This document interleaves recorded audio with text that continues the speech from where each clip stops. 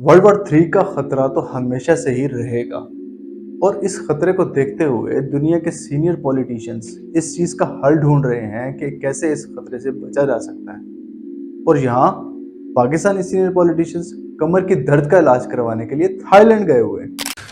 तू समझा? हाँ। नहीं, तू समझा नहीं।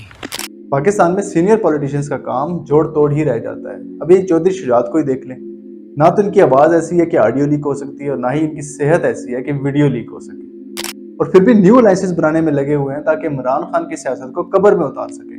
खैर, तुमसे ना हो पाएगा भाई, तो चलें वीडियो की तरफ चलते हैं। वेस्टर्न कंट्रीज में मामला इससे बड़ी हद तक डिफरेंट होता है। American senior politician Henry Kissinger इस वक्त तीसरी वर्ल्ड वॉर को रोकने के लिए कुछ प्लानिंग कर रहे हैं।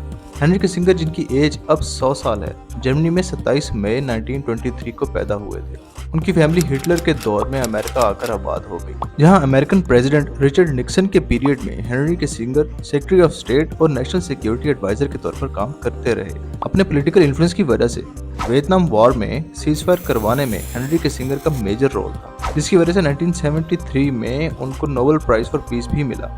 चाइना इस वक्त ये प्लान कर रहा है कि किसी तरह अमेरिका को नीचे दिखाया जा सके, जबकि दूसरी तरफ अमेरिका को इस बात का पता है कि चाइना अमेरिका की सुपर पावर की कुर्सी पर कब्जा करने के लिए प्लानिंग कर रहा है। ये सोच दोनों मुल्कों में दुश्मनी को बढ़ा रही है, जो आने वाले वक्त में दो सुपर पावर के दरमियान एक वार का माहौल क्रिएट कर रहा है। जब इस हवाले से हेनरी किसिंगर की 100th बर्थडे पर उनका ओपिनियन मालूम किया गया, तो वो इस पॉलिटिकल टेंशन को लेकर काफी परेशान नजर आ रहे थे।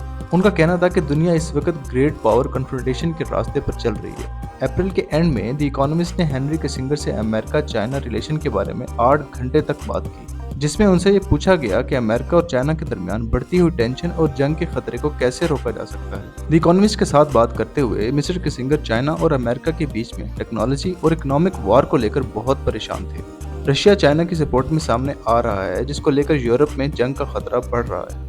मिस्टर किसिंगर का यह भी कहना था कि आर्टिफिशियल इंटेलिजेंस चाइना अमेरिका की दुश्मनी को सुपरचार्ज कर सकती है। इस वक्त दुनिया में बैलेंस ऑफ पावर और टेक्नोलॉजी वॉरफेयर के तरीके बहुत तेजी से चेंज हो रहे हैं और ऐसा लग रहा है कि दुनिया में अमन कायम रहना बहुत मुश्किल हो जाएगा। पूरी दुनिया को वार्न करते हुए मिस्टर किसिंगर को ऐसा लग रहा है कि इस वक्त दुनिया वर्ल्ड वॉर से पहले वाली क्लासिकल सिचुएशन में है, जहां पर किसी भी कंट्री के पास गलती करने का मार्जिन नहीं है और किसी भी मुल्क की जानिब से की जाने वाली गलती दुनिया को तीसरी वर्ल्ड वॉर में धकेल सकती है। इस बात में तो कोई शक नहीं कि अमेरिका को थ्रेट फील हो रहा है कि China is winning the race, मगर इस वक्त अमेरिका के कुछ ऐसे प्रॉब्लम्स हैं कि वो कुछ कर नहीं पा रहा।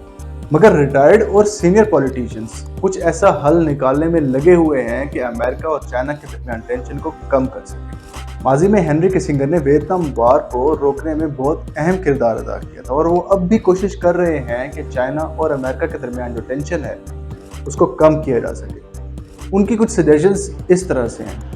इस वक्त अमेरिका इकोनॉमिकल चैलेंजेस को फेस कर रहा है। इसको देखते हुए चाइना को लग रहा है कि वो उसकी जगह ले सकता है। दूसरी जानब चाइना वेस्टर्न पॉलिसी मेकर्स की हर बात से इसलिए नफरत करता है कि उसको लगता है कि ये अमेरिका की तरफ से की गई है और वेस्टर्न वर्ल्ड कभी भी चाइना को अमेरिका जैसी इंपॉर्टेंस नहीं देगा। और दुनिया को वार्न करते हुए हेनरी किसिंगर का ये भी कहना था कि चाइना के इरादों के बारे में गलत अंदाजा ना लगाएं। चाइना दुनिया में डोमिनेशन हासिल करना चाहता है, पावरफुल होना चाहता है, लेकिन ये पावर हिटलर के अंदाज में नहीं है। इसलिए ये समझना चाहिए कि चाइना पावर जंग करके हासिल नहीं करना चाहता। चाइना एक डिफरेंट अप्रोच रखता है। चाइनीज लीडर ये पावर अपने कंट्री के बेनिफिट्स के लिए हासिल करना चाहते हैं। चाइना को अपने लिए एक चैलेंज समझना अमेरिका की नेचुरल सोच है, लेकिन दुनिया में पावर बैलेंस रखने के लिए इन दोनों कंट्रीज में डायलॉग होना जरूरी है। और अगर इन दोनों के दरमियान डायलॉग ना हुए तो फिर मामला ऑटोमेटिकली फोर्स के यूज की तरफ जाएगा और जंग का खतरा बढ़ जाएगा।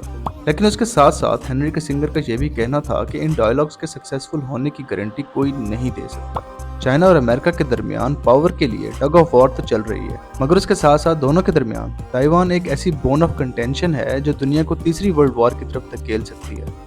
हेनरी किसिंगर का इस बारे में यह कहना है कि दोनों कंट्रीज को ग्रेजुअली कॉन्फिडेंस बिल्ड करना चाहिए और एक दूसरे के साथ वर्किंग रिलेशन कायम करने चाहिए। उन्होंने ये भी कहा कि अमेरिकन प्रेसिडेंट को इस वक्त चाइनीज प्रेसिडेंट से कहना चाहिए कि हम दोनों मुल्क इस वक्त दुनिया के पीस के लिए एक बड़ा खतरा है और हम दोनों ही मुल्क ह्यूमैनिटी को डिस्ट्रॉय करने की कैपेसिटी रखते हैं। इसलिए वॉर को रोकने की कोशिश भी मिलकर ही करनी चाहिए। हेनरी किसिंगर का यह भी कहना है कि ताइवान को लेकर दोनों कंट्रीज को टेंशन कम करनी चाहिए और क्लाइमेट और इकोनॉमी जैसे ऑब्जेक्टिव्स पर मिलकर काम करना चाहिए। हेनरी किसिंगर ने यह भी सजेस्ट किया कि चाइना को कम्युनिज्म को छोड़कर डेमोक्रेसी के रास्ते पर चलना चाहिए, क्योंकि कम्युनिज्म चाइना को कमज़ोर कर सकता है और वो इस वजह से टूट सकता है, और चाइना का टूटना दुनिया के लिए किसी भी तरह बेनिफिशियल नहीं है। आखिर में हेनरी किसिंगर का यही कहना था कि वर्ल्ड के जितने भी लीडर्स हैं, इनके ऊपर ये रिस्पॉन्सिबिलिटी है कि वो इस खतरे को समझें। अगर इस वक्त में वो स्टेप्स ले लिए जाएं जिनको हेनरी किसिंगर ने सजेस्ट किया है, तो शायद वर्ल्ड वॉर 3 के खतरे से बचा जा सके। लेकिन सरकारी ऑफिसर्स के बारे में तो हम सब ने सुन रखा है कि रिटायरमेंट के बाद उनकी कोई नहीं सुनता, ना ही घर में ना ही बाहर। उम्मीद है आपको हमारी वीडियो जरूर पसंद आई होगी। चैनल को सब्सक्राइब करना ना भूलिएगा and we will be back with another video.